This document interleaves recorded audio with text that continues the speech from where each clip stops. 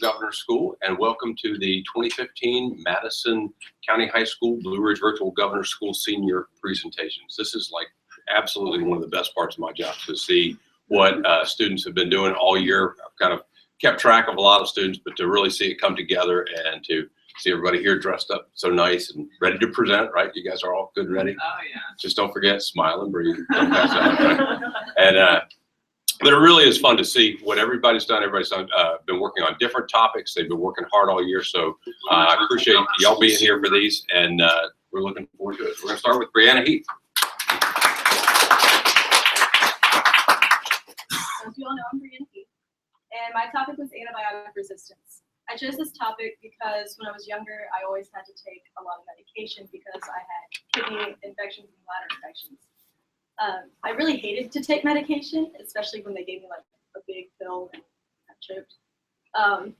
So I always feared that it would stop working. And later on, I decided that I wanted to become a biomedical scientist and study infectious diseases and find cures. But before I can try to find a cure for these infectious diseases, I first had to know how they reacted to antibiotics. Thus begins my very long journey of trying to find a cure. For my research, I was able to narrow my question down to how many antibiotics can a person take before they start to become immune to or resistant to the drug, and what are the best practices that the average person can take to help prevent developing resistance. I came to the conclusion that there is no specific amount. There's multiple factors. Weight, your medical history, and your eating habits are only a few. So the best way to prevent developing resistance is to stay healthy and eat right, which leads to my community service.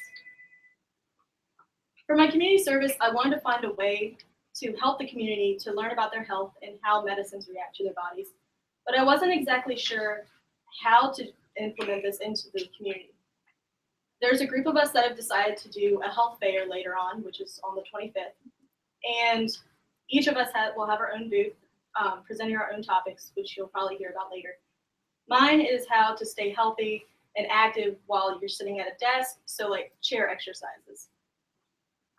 The most influential part of my community service, though, I feel, is with the community center. I talked with Shirley Workman, and today, actually, I'll be heading over to the fire hall, and I'm hosting a senior citizen dance. We decided to call it the Spring Fling, and I created this nice flyer and handed it out around town. There's a lot of donations from around the community. Anytime Fitness is coming for about a half an hour to work with those that are in wheelchairs or anybody else to help them stay active. Then Mill Valley Barbecue is donating barbecue, and Tasty Freeze is donating coleslaw. I went around the community and I was asking for donations because we're going to be having a raffle, and we actually had a fantastic turnout. So if anybody is here and they donated, thank you.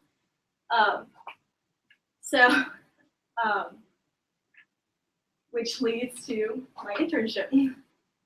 I spent my internship during the first semester with Dr. Smith, who's the pharmacist at the UVA Culpeper Hospital. I got this connection through Caitlin Shiling's mother, who knew him. What I did there was I was able to ask as many questions as I wanted to. He was very willing. I was also able to go into the lab, which was one of my favorite parts, but I spent most of my time in the ICU. And it sounds kind of far-fetched, but the reason that the ICU works so well is because I was able to be in there with a lot of people who were taking a lot of medication, especially pain relief. So this was able to teach me about dosage and the effects on the body. For example, I was in the ICU one day, and there was a cancer patient, and he was having a lot of pain medications given to him, and I asked one of the nurses how that would affect him. Like, I was like, wouldn't that hurt him later on? And she said that she would rather help him now to be out of pain, and they can deal with the later effects later if he survives. The significance of my project. So I wanted to create a project that would, of course, help the community and teach people how to be healthy. But under the surface, my project was really geared towards helping me in a way. I wanted to find out if biomedical science was actually the career that I wanted to take. And through my internship in community service, I can proudly say that I will be attending Lynchburg College for a biomedical science major. What I learned about myself. So I learned that I still hate to talk to people and ask people for donations, even if it's for a good cause. But I did learn that I am more than capable of being able to talk to people and being able to work out problems. I was able to get a big group of people together for the community service, and we worked out schedules and we worked out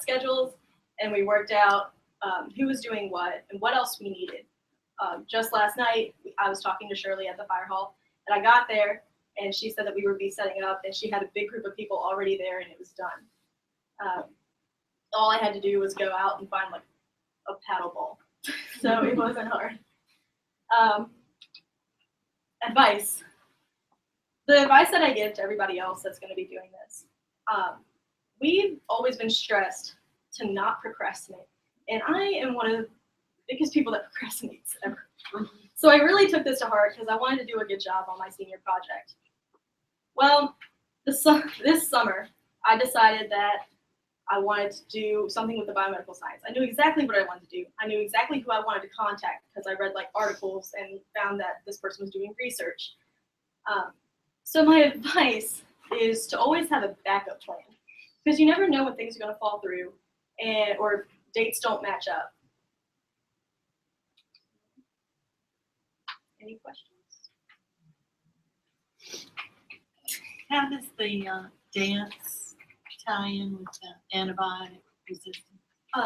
Since the best way to prevent creating resistance is to stay healthy and exercise, we wanted to do something that was fun and would like engage the senior citizens, since they're the most vulnerable group, to where they would be able to get active in an area that they felt comfortable in with other people, that they wouldn't feel like, oh man, I'm just like out here by myself, like not knowing what I'm doing. Okay. When you were at the hospital, did you hear a lot about hospital-acquired infections?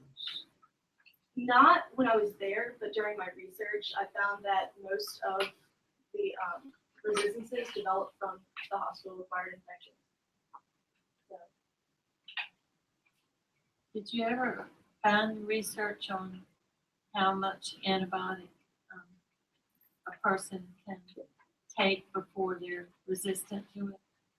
I know you said it was affected by their weight. I never really found like an exact number because there are so many different factors. So you can find that out in research. No answer.